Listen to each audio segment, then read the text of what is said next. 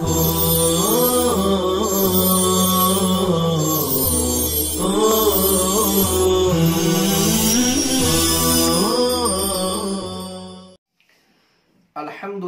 رب العالمین والصلاة والسلام علی سید الانبیاء والمرسلین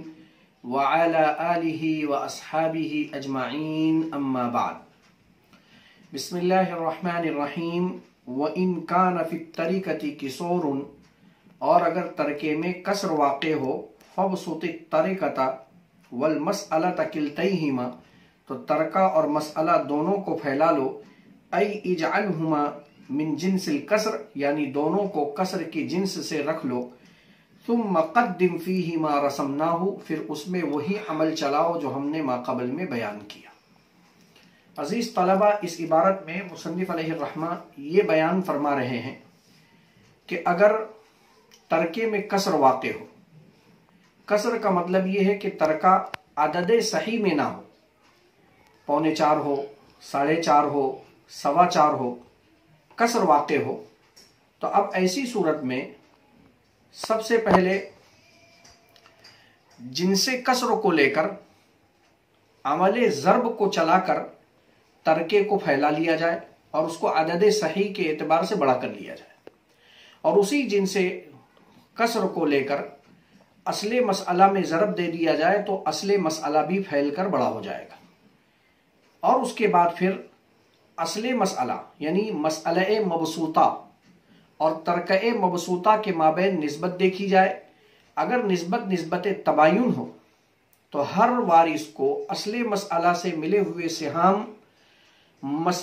ترکہ مبسوطہ کے کل میں ضرب دے دیا جائے، حاصل ضرب کو مسئلہ مبسوطہ کے کل پر تقسیم کر دیا جائے تو ترکے میں سے اس وارث کا حصہ خود بخود نکل جائے گا۔ اسی طریقے سے اگر مسئلہ مبسوطہ اور ترکہ مبسوطہ کے مابین توافق کی نسبت ہو تو ہر وارث کو اصل مسئلہ سے جو ملا ہے سہام، اس ملے ہوئے سہام کو ترکہ مبسوطہ کے عدد وفق پر ضرب دے دیا جائے، پھر حاصل ضرب کو مسئلہ مبسوطہ کے عدد وفق پر تقسیم کر دیا جائے، جو خارج قسمت ہوگا وہ اس وارث کا ترکے سے حصہ ہوگا۔ جیسے ہم ان دونوں قواعد کو بورڈ پر سمجھ لیتے ہیں، بورڈ پر فوکس کریں۔ دیکھ رہے ہیں یہ پہلا قاعدہ توافق کا ہے، عدم اولاد کی وجہ سے زوج کو نصف دے دیا، ماں کو ثلث الباقی دے دیا، باپ کو عصبہ محض بنا دیا۔ پہلے لائن کا نصف دوسرے لائن کے بعض کے ساتھ جمع ہوا، مسئلہ 6 سے بنا۔ 6 کا نصف ہم نے 3 زوج شوہر کو دے دیا، ماں باقی 3 میں سے 1 ثلث الباقی تھا وہ ہم نے ماں کو دے دیا، بچا ہوا 2 حصہ بربنائے عصوبت کے باپ نے لے لیا۔ یہاں آپ دیکھ رہے ہیں مسئلہ تو 6 سے بنا ہے لیکن ترکہ 7.5 روپیہ ہے۔ اب یہ 7.5 روپیہ ہے تو اس میں جو ہے نا یہ کسر واقع ہے، سب سے پہلے ہم رفع کسر کریں گے، اور اس کا طریقہ یہ ہے کہ نیچے والا جو عدد ہے اس عدد صحیح کو نیچے والے عدد سے ضرب دے دیں گے، تو 7 × 7 7 دونی 14، اور اوپر والے عدد کو اس میں پلس کر لیں گے تو ہو گیا 15، لہٰذا اب یہ ہو گیا ہے ترکہ مبسوطہ 15۔ اب یہ 7.5 روپیہ ترکہ نہیں ہے بلکہ فیل کریے 15 روپیہ ہو گیا ہے۔ اسی طریقے سے اصل مسئلہ جو 6 ہے اس کو ہم نے نیچے والے عدد سے ضرب دے دیا تو 6 × 6 6 دونی 12، اب یہ ہو گیا مسئلہ مبسوطہ 12، فیل کر یہ بجائے 6 کے 12 ہو گیا۔ اب ہم نے 12 اور 15 میں جو نسبت دیکھی تو ان دونوں کے درمیان نسبت توافق بالثلث ہے، اس لیے کہ 3 نے 15 کو 5 مرتبہ میں کاٹا، وہ ہم نے عدد وفق 5 اوپر لکھ دیا، اور اسی 3 نے 12 کو 4 مرتبہ میں کاٹا، ہم نے عدد وفق 4 اوپر لکھ دیا۔ اب قاعدہ یہ ہے کہ اصل مسئلے سے ملے ہوئے سہام، مثال کے طور پر یہاں زوج کو 3 ملا ہے، اس کو اٹھا کر ہم ترکہ مبسوطہ کے عدد وفق میں ضرب دیں گے، تو 3 کو ہم نے جب 5 میں ضرب دیا تو حاصل ضرب 15 آئے،